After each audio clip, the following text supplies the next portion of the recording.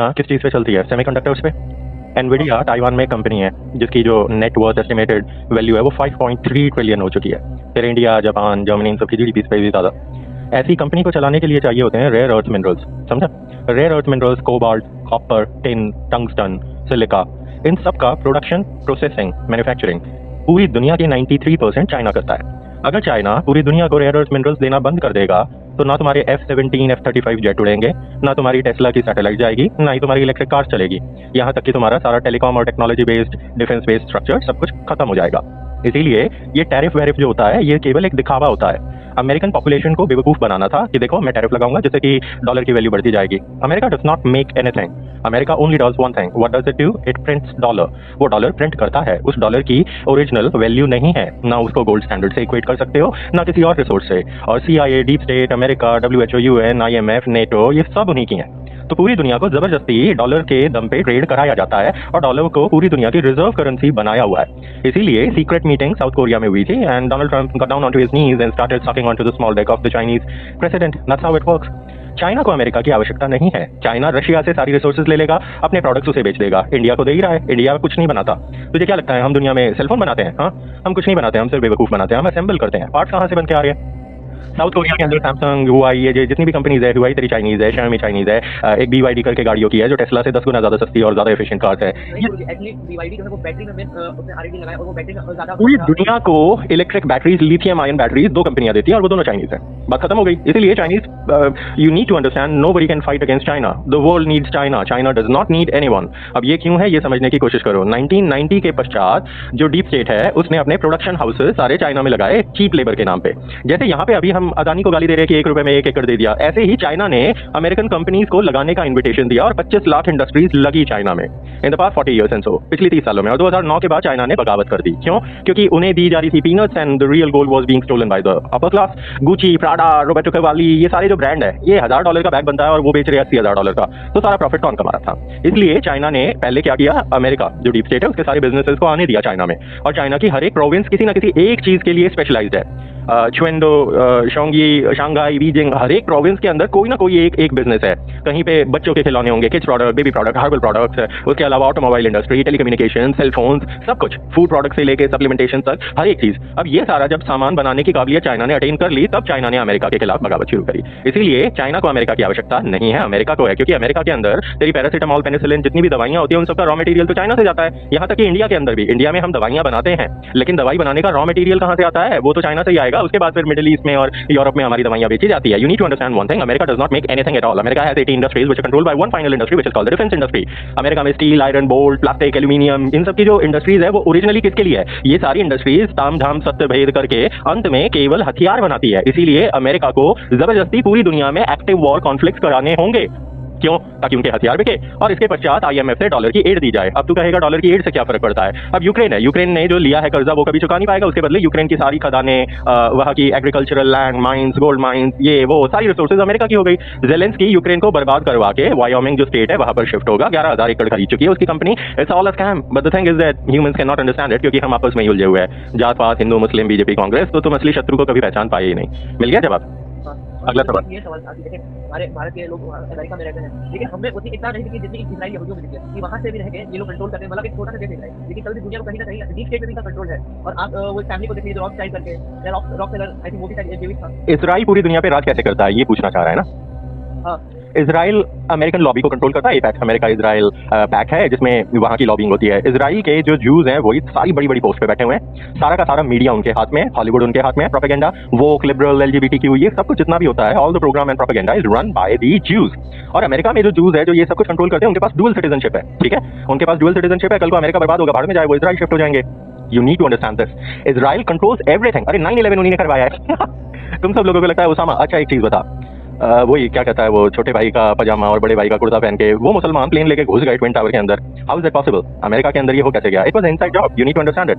टकर Carlson 5 साल पहले हमने इसके परिवार के लोगों का इलाज करा था। आज वो अकेला ऐसा इंडिपेंडेंट जर्नलिस्ट है जो सच बोलता है। वो अमेरिका के खिलाफ भी बोल रहा है, वो इजराइल के खिलाफ भी बोल रहा है, वो ट्रंप के खिलाफ भी बोल रहा है। That's how it is. झूठ ज्यादा दिन तक नहीं चलता। और दूसरी चीज, जब वर्ल्ड ट्रेड गिराए गए थे उसके पीछे एक बहुत बड़ा असली स्कैम था, वो था $3.2 ट्रिलियन गायब करना। उसका रिकॉर्ड नहीं था। क्यों? क्योंकि अमेरिका जो फेडरल रिजर्व है उन्होंने अनलिमिटेड प्रिंटिंग करी है पैसे की, और जब जब उनके ऊपर बर्डन बढ़ता है वो कोई ना कोई बड़ी कैलामिटी करा देते हैं। जैसे 9/11 हुई, उसके बाद 2009 का वो वॉल स्ट्रीट क्रैश हुआ था, उसके बाद 2019 का तेरा कोविड हुआ। इन सभी टाइम स्पैम्स में क्या किया जाता है, डॉलर को पूरी दुनिया की रिजर्व करेंसी बनाए रखने की लड़ाई है, और इजराइल पूरी दुनिया को कंट्रोल कर दिया। भाई को you need to understand it, but we are not gonna oppose Israel, क्योंकि इजराइल इंडिया को भी सपोर्ट करता है। क्यों? Because Israel sees Islam as its opponent. Israel का दुश्मन इस्लाम है, लेकिन तू ये तो बात बता हमें, इस्लाम को पैदा किसने किया, उसे हथियार कौन दे रहा है, उसे फंड कौन कर रहा है? हिजबुल्लाह, अल-कायदा, मुस्लिम ब्रदरहुड, हमास, इनको हथियार देने वाले, फंड करने वाले डायरेक्टली इनडायरेक्टली वही अमेरिकन, वही इजरायली लोग होते हैं। अरे बच्चे, इस चीज को अपने दिमाग के अंदर डाल के देख। तुझे क्या लगता है कि सऊदी अरेबिया या पाकिस्तान के झंडू कटवे जो अपनी बहनों को प्रेग्नेंट कर रहे हैं, अपनी बेटियों को प्रेग्नेंट कर रहे हैं, ये ड्रोन टेक्नोलॉजी बनाएंगे क्या? हाँ, ये ड्रोन टेक्नोलॉजी बनाएंगे, सैटेलाइट लिंकेज बनाएंगे। तो इसलिए अरे एक चीज बता, मेरी एक दुकान है, ठीक है, मैं डॉक्टर हूँ डायबिटीज का, तो मैं चाहूंगा ना लोग बीमार हो तभी तो मेरी दुकान चलेगी। मैं एक हलवाई हूँ, अगर लोग त्योहार ही नहीं होंगे तो मेरी मिठाइयां कैसे बिकेगी? इसी तरीके से पूरी दुनिया के अंदर जो डिफेंस लॉबी है उसका जो प्रोमिनेंट फेज है वो इजराइल है, क्योंकि पूरी दुनिया की जितनी भी कंपनीज है फॉर्च्यून 500 उनके सारे R&D research and development office जो होते हैं वो सारे टेल अवीव में इजराइल में है। अब जितने भी हथियार बन रहे हैं, सबसे पहली जो नई टेक्नोलॉजी होती है हथियारों की वो इजराइल के पास होती है। अब हथियार मैंने बना लिए, अब वो हथियार मेरे सड़ जाएंगे, खराब हो जाएंगे, जंग लग जाएगा, उन हथियारों को बाजार में बेचने के लिए मुझे कुछ करना होगा ना। उसके लिए मैं क्या करूंगा? मैं मिडिल ईस्ट में कॉन्फ्लिक्ट कराऊंगा। मिडिल ईस्ट में कॉन्फ्लिक्ट कराऊंगा तो मैं एक मुस्लिम पक्ष को हथियार दे दूंगा, दूसरे को कहूंगा मारो, फिर दूसरा पक्ष देखेगा यार सामने वाले के पास तो M4 है, उसके पास F-17 है, उसके पास तो ड्रोन है, मैं क्या करूं? तो फिर वो अपना तेल, अपना सोना, अपने मिनरल्स बेचेगा। किसे बेचेगा? जो सेल्समैन आएंगे वो भी तो उन्हीं के हैं जो हथियार बनाने वाली कंपनियां हैं, और फिर उन्हें भी हथियार दिए जाएंगे, और फिर दोनों तरफ एक्टिव वॉर कॉन्फ्लिक्ट होंगे, जैसे इंडिया पाकिस्तान का इतने सालों से चलता आ रहा है, और अभी और प्रचंड होगा। अब डीप स्टेट वेनेजुएला का तेल कब्जाएगा। क्यों? क्योंकि तेल के ऊपर काफी ड्रामा हो रहा है और सऊदी अरेबिया नखरे करता है, तो अमेरिका अपनी डिप्लोमेसी और अपनी पावर को बूस्ट करने के लिए जहां पे पूरी दुनिया का सबसे ज्यादा तेल रिजर्व है वेनेजुएला, उस पर कब्जा करेगा। अब आया समझ? हथियार जब तक चलेंगे नहीं तब तक इजराइल कैसे और कामयाब होगा? कामयाबी तो खैर इसे अलग परिभाषा में बोला जा सकता है। अगर इस सवाल का जवाब मिल गया तो अगला पूछ। एक ऑथर कवि करके अब्बास मलियार, उसने एक बुक भी लिखा था ये हिटलर के ऊपर। तो उसमें एक बहुत शॉकिंग चीज समझ में कि जो वर्ल्ड वॉर हुआ था उसके पीछे वहाँ के ग्रैंड मुफ्ती का हाथ था, और वहाँ के जो पैलेस्टीनियंस थे, मतलब पूरा शहर इस्लामिक उम्मा, ये तो दूसरा बाप, मतलब दूसरा प्रॉफिट मान लिए थे हिटलर को। इन लोगों का कैसा रोल था? मतलब इस चीज को समझने की कोशिश करो। जब 1930s में रॉथस्चाइल्ड फैमिली ने बैंकिंग एस्टैब्लिशमेंट से पूरे यूरोप को कंट्रोल कर लिया, वो ये एक मूवी है 1934 की जिसके अंदर एक मरता हुआ जू कह रहा है, you brothers all of you have to be united, you will go to Austria, you will go to Vienna, you will go to Germany, you will go to London, and the money is power. वो याद है? वो movie आई थी एक, but बहुत ज्यादा चली नहीं, बहुत साल पुरानी मूवी हो गई है, ठीक है, 1930 समथिंग की है। जब बैंकिंग एस्टैब्लिशमेंट किसी देश में घुसती है, ये प्राइवेट बैंक है, ये सरकारी बैंक नहीं है, ठीक है। तो जो रॉथस्चाइल्ड्स हैं वो लंदन के बैंक ऑफ लंदन को कंट्रोल कर रहे थे, जर्मनी के अंदर, ऑस्ट्रिया के अंदर, वियना के अंदर, इस तरीके से ये बैंक थे। अब बैंक क्या करता था? बैंक ब्याज पे पैसे देता था, और इंटरेस्ट वैल्यू उनकी 25% 33% तक जा रही थी, समझा? 33% कितना हाई होता है? 33% का मतलब है अगर तूने मुझसे 1 लाख रुपए लिया है और अगली साल तुझे 1,33,000 देने होंगे, in simple language, understand it like this. तो जब बैंकिंग एस्टैब्लिशमेंट्स ने पूरे के पूरे जर्मनी को बर्बाद कर दिया, ऑस्ट्रिया को बर्बाद कर दिया, तब जाके वहां पर 34% अनएम्प्लॉयमेंट, हर एक आदमी गरीब, और बैंक जो है वो ब्याज पे ब्याज और कर्जे पे कर्जे, तो समाज को बर्बाद कर रहा था। ये करने वाले जूस थे, ठीक है, there is no doubt about it, Jews have been the real culprit. और फिर उसके बाद एक hero, we call him hero. हमारे कई चैनल डिलीट हुए हैं इसके कारण, जो हमने हिटलर के ऊपर एक किताब भी लिखी थी और स्पीचेस दी है, याद कर, यूट्यूब के ऊपर भी पड़ी हुई है शायद, या डिलीट कर दी इन्होंने। हिटलर इलेक्टेड था, सिलेक्टेड नहीं था। पूरी की पूरी जर्मनी ने इलेक्ट करा था हिटलर को, और जब नाजी पार्टी इलेक्ट हुई और हिटलर ने कमान ली और फिर जूस को मारना निकालना शुरू करा, उसने फ्री हाउसिंग दी थी, 10 लाख घर बनाए थे उसने, सभी को नौकरियां दी, एग्रीकल्चरल फार्मिंग करवाई, इंडस्ट्री सेटअप करी, ये सब कुछ हिटलर ने करा, ठीक है। हिटलर ने करा, तो हिटलर ने क्या करा? हिटलर ने एकदम से बैंक्स और जूस के खिलाफ युद्ध छेड़ दिया। अब उस समय पे क्या हुआ? ओरिजिनली दोनों साइड को फंड करने वाले और ऑर्नामेंट्स और हथियार देने वाले भी यही लोग थे। जो तुम्हारा फोर्ड है गाड़ी वाला, जो हेनरी फोर्ड है, हेनरी फोर्ड हिटलर के लिए प्लेन बनाता था, बोइंग कंपनी जो तेरी जहाज की वो हिटलर के लिए बना रही थी, पिंजर टैंक्स बना रहे थे, उसके अंदर तेरा फोर्ड का इंजन था। तो दोनों पक्षों को काम देने वाले जो होते हैं वो डीप स्टेट ही रहा है। उन लोगों ने देखा कि ब्रिटेन है, ब्रिटेन के ऊपर हिटलर ने क्या करा? ब्रिटेन में बॉम्बिंग कर दी थी, सेंट्रल सिटी ऑफ लंदन के ऊपर ही जो हब है ओरिजिनल जूस का। लंदन के अंदर एक और लंदन है जिसे सेंट्रल सिटी बोलते हैं, द सिटी ऑफ लंदन, जिसके अंदर ये तेरे कटे हुए बटुओं की एंट्री भी नहीं होती, समझा? वो उसका एक अलग ही कानून है, एक अलग ही संविधान है, सब कुछ अलग है। उस सेंट्रल सिटी को रिप्रेजेंट करता है तेरा प्राइम मिनिस्टर, ये जो अभी क्रैमर है, whatever anybody who comes and it doesn't matter, ये पपेट्स हैं। अब तू पपेट बोलेगा तो इसी परिभाषा में हमारे नरेंद्र मोदी भी पपेट है। क्यों? क्योंकि अगर नरेंद्र मोदी अंबानी और अदानी के विरुद्ध जाएंगे तो 2 दिन के अंदर सरकार गिरा दी जाएगी बच्चे। इसलिए जो लोग मोदी को गाली देते हैं, हमने कभी मोदी को गाली नहीं दी, हमने पॉलिसीज को गाली दी है, ठीक है। हमको हत्या को गाली देते हैं, मंदिर अधिग्रहण को गाली देते हैं, जो एजुकेशन की बर्बादी हुई है, privatisation of education and hospitals हो रहा है, इसके खिलाफ बोलते हैं। हमारा करप्शन तो दोनों तरफ है मेरे बच्चे।